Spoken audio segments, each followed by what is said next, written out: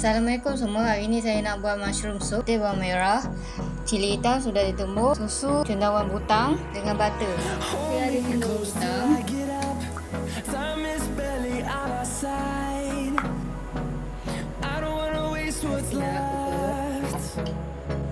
Selebihnya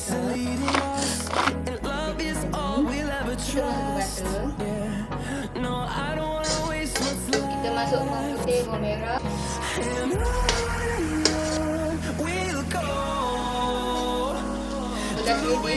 Sudah ready. Kita masukkan gandum, sikit je.